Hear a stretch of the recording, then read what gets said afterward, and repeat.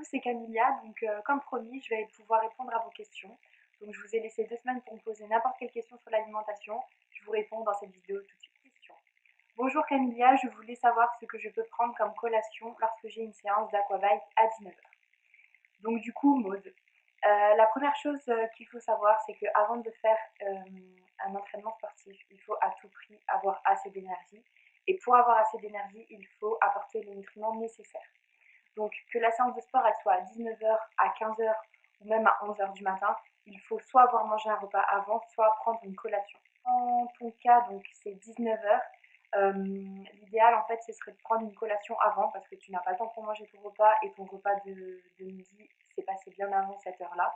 Du coup, ce que je conseille généralement, c'est de manger quelque chose qui se digère assez vite. Vous ne pouvez pas manger quelque chose qui se digère lentement comme une assiette de pâtes par exemple juste 45 minutes avant de faire une séance de sport. De 1, vous n'aurez pas l'énergie nécessaire parce que tout va aller dans la digestion. Et de 2, il y a des risques que vous vous sentiez mal lors d'une activité physique. Du coup, ce que je vous conseille, c'est de manger des choses qui se digèrent rapidement et qui vous apportent l'énergie nécessaire à faire une bonne séance de sport. Par exemple, un fruit qui est bien mûr, comme une banane bien mûre, va s'absorber beaucoup plus facilement et se digérer beaucoup plus vite qu'une banane qui n'est pas mûre par exemple.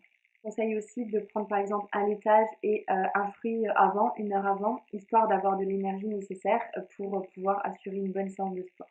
J'entends beaucoup de personnes aussi prendre des oléagineux, donc des amandes, des noisettes, des noix de cajou juste avant une séance de sport. Moi personnellement, je ne le recommande pas pour 2 raisons. La première raison, c'est que les oléagineux, ce sont des graisses. Donc certes, ce sont des bonnes graisses. Qui dit gras, en fait, dit digestion ralentie. Donc si vous prenez des amandes, une bonne poignée d'amandes juste avant de faire une séance de sport, vous allez être gêné dans votre digestion et ça va pas être le top pour faire votre activité. Ensuite, en termes de nutrition, apporter des lipides seulement 45 minutes à 1 heure avant une séance de sport ne vous apportera strictement rien. Ce qu'il faut que vous apportiez, ce sont des sucres rapides et qui se digèrent facilement, d'où les fruits bien mûrs, comme je vous l'ai dit tout à l'heure. Alors, deuxième question. Bonjour Camilla, ayant des horaires décalés, comment faire pour avoir un rythme alimentaire correct? Merci pour vos conseils.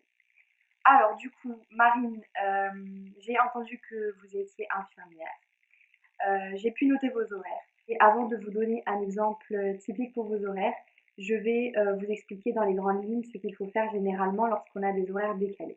Pour des personnes qui travaillent de nuit, d'après-midi ou en milieu de journée ou à mi-temps, en fait, ces personnes-là ont des horaires qui sont décalés. Mais horaire décalé ne veut pas dire équilibre alimentaire impossible. Ça va certes être plus compliqué, mais c'est seulement une question d'organisation. Par exemple, le matin, j'ai vu que vous travailliez par exemple de 6h15 à 13h30. C'est tout à fait possible d'avoir une bonne alimentation avec ces horaires-là. Je vous donne un exemple. Avant de travailler à 6h15, vous pouvez prendre un petit déjeuner dans les environs de 5h45. À 8h30, une collation, donc 2 heures après avoir commencé votre travail. À 13h30, donc vous finissez votre journée de travail. C'est à partir en fait de ce moment-là que vous pourrez prendre votre deuxième repas, donc un bon déjeuner et un dîner à 19h30. Si vous sentez l'envie d'avoir une collation entre 13h30 et 19h30, ça c'est propre à vous, vous apporterez une collation donc qu'il vous faut. Je vais vous mettre tout de suite les exemples pour vos autres horaires. Ça pourra servir aussi plusieurs personnes qui travaillent aussi de nuit par exemple ou qui font les 3 postes tout simplement. En termes de collation, donc ce que je peux vous conseiller lorsque vous êtes au travail, c'est comme les collations dont je parlais tout à l'heure. Ce serait par exemple un fruit. Un fruit, donc si vous n'aimez pas les fruits, par exemple des yaourts, avec là, cette fois des oléagineux, prendre un peu de pain complet et vous faire des petits sandwichs. Voilà, des petites collations saines comme ça, il n'y a aucun souci. Une collation ne remplace pas un repas, donc il faut faire attention à ça aussi. Mais voilà. En bref, il faut retenir que malgré tous ces horaires décalés, il faut à tout prix que vous ayez vos 3 repas par jour et 1 à 2 collations. L'équilibre alimentaire se fait en fonction de ces repas-là. J'ai perdu le truc, c'est génial. Ensuite, bonjour Camilla, quelles sont les meilleures protéines pour la course à pied Magali? Il faut savoir que les protéines, donc qu'on fasse du sport ou qu'on n'en fasse pas, on en a besoin. Bien sûr, des personnes qui sont sportives et qui font beaucoup de sport tout simplement, en auront besoin de plus de protéines que des personnes lambda. Par contre, dans cette question, je comprends quelles sont les meilleures protéines pour la course à pied. Donc Magali, en fait, si vous parlez de protéines en poudre, moi, je vais vous donner mon avis dessus. Au niveau des protéines en poudre, Je les recommande dans le sens où si votre alimentation ne vous apporte pas les protéines nécessaires et le bon ratio de protéines qu'il vous faut, c'est à ce moment-là qu'on se penche vers des substituts et des compléments alimentaires. À partir du moment où vous avez assez de protéines qui sont apportées dans votre assiette, il n'y a pas besoin de compléments alimentaires. Maintenant, si la question est plus penchée sur les protéines végétales ou animales, alors voilà, en fait, ce sont deux types de protéines. Il existe les protéines végétales et les protéines animales. Les protéines végétales, en fait, elles sont connues pour être beaucoup mieux assimilées par notre organisme, alors que les protéines végétales le sont un peu moins. En revanche, par exemple, dans mon cas, je ne mange quasi plus de viande et je mange beaucoup de protéines végétales. Elles sont tout aussi bonnes pour la santé, parfois même meilleures, parce qu'elles n'apportent pas de graisses animales, mais il faut savoir bien les manger et savoir avec quoi les associer. Donc, par exemple, lorsque l'on fait de la course à pied ou une autre activité sportive, il faut savoir que vous avez une fenêtre métabolique qui s'ouvre. Cette fenêtre métabolique dure à peu près 30 à 45 minutes après une séance sportive. En fait, c'est votre organisme qui est beaucoup plus apte à absorber tous les nutriments nécessaires qu'il l'est en fait à un autre moment de la journée. Du coup, cette fenêtre métabolique, il faut l'utiliser. C'est à ce moment-là qu'il faut recharger vos stocks de glycogène, c'est à ce moment-là qu'il faut recharger vos protéines. Donc du coup, je vous conseille en fait après une course à pied de soit manger un repas, donc ça dépend de l'heure à laquelle vous faites une course à pied, ou de prendre une collation protéinée. Donc il faut associer glucides et protéines pour avoir une bonne absorption. Les protéines toutes seules ne vous apporteront rien du tout. Moi, c'est mon cas personnel et ce que je faisais en fait, quand je fais une grosse séance de sport et que mon repas du midi est beaucoup plus tard par exemple, je rentre et je prends un fromage blanc avec des fruits. Donc le fromage blanc vous apporte les protéines nécessaires et les fruits vous apportent les glucides nécessaires.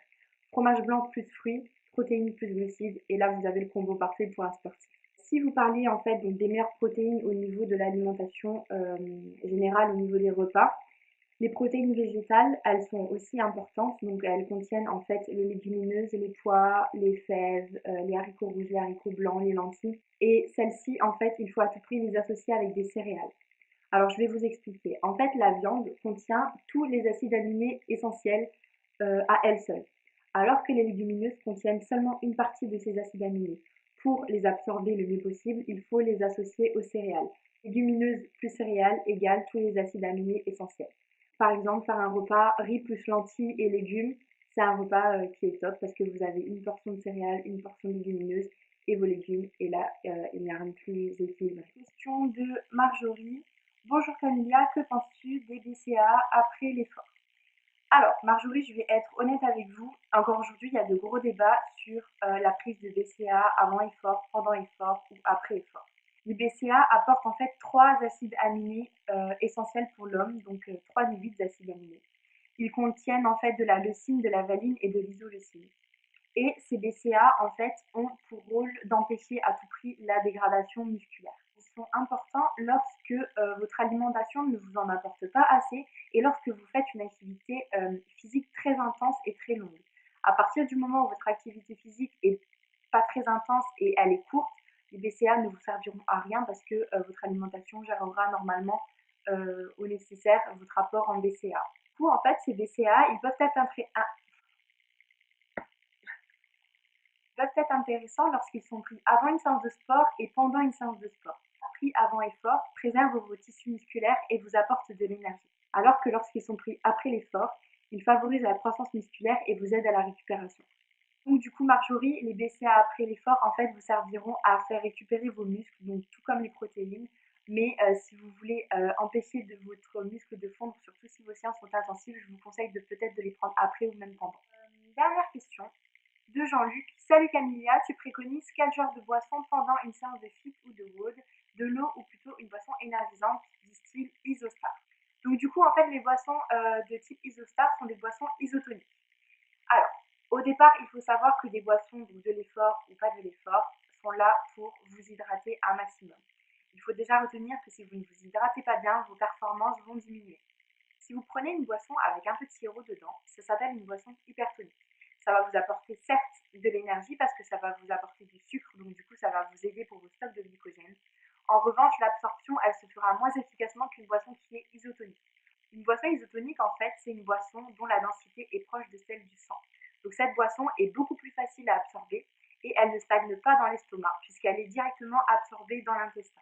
Donc c'est en ça en fait que les boissons isotoniques sont intéressantes pour les sportifs, surtout les sportifs de haut niveau, parce que dès qu'ils boivent en fait ces boissons, ils ne ressentent aucune gêne. En revanche, ce que je conseille, c'est que pour les boissons isotoniques, vous les utilisiez seulement lorsque vous faites des efforts de plus de 2 heures. Donc Jean-Luc, dans votre cas, j'ai cru comprendre que vous enchaîniez généralement 2 cours, donc un de fit et un de WOD, et vous vous approchez généralement des 2 heures lorsque vous faites une séance chez Forméo. Du coup, ce que je peux vous conseiller, c'est de faire vous-même votre propre boisson isotonique, parce que les boissons de type Isostar ou les autres boissons qui sont vendues en commerce, je ne les connais pas toutes personnellement, mais je pense qu'il y a quand même des conservateurs et des additifs qui sont ajoutés dedans. Pour faire une boisson isotonique, il n'y a rien de plus simple. Je vais vous mettre tout de suite la recette après. En fait, vous prenez de l'eau, donc 1 litre, 2 litres, ça dépend de combien vous buvez par séance de sport. Vous ajoutez à peu près 30 grammes par litre de sucre, donc que ce soit en poudre ou que ce soit en morceaux. Vous ajoutez un peu de sel, donc une pincée de sel pour le sodium, donc pour refaire vos stocks aussi en sodium parce que vous transpirez. Vous pouvez aussi remplacer de l'eau par du jus d'orange, donc si vous buvez 1 litre, vous faites 50 centilitres de jus d'orange et 50 centilitres d'eau, donc pour avoir le sucre nécessaire, toujours en ajoutant du sel. Vous pouvez aussi rajouter à la place de l'eau, mettre du thé par exemple. Donc ça dépend de votre goût, ça dépend de plein de choses. Je pense que j'ai répondu à toutes vos questions. J'espère que je n'ai rien oublié. Si jamais il y a quelque chose que vous n'avez pas compris ou il y a une autre question qui vous vienne à l'esprit, n'hésitez surtout pas à venir me voir au centre. Je reste à votre disposition.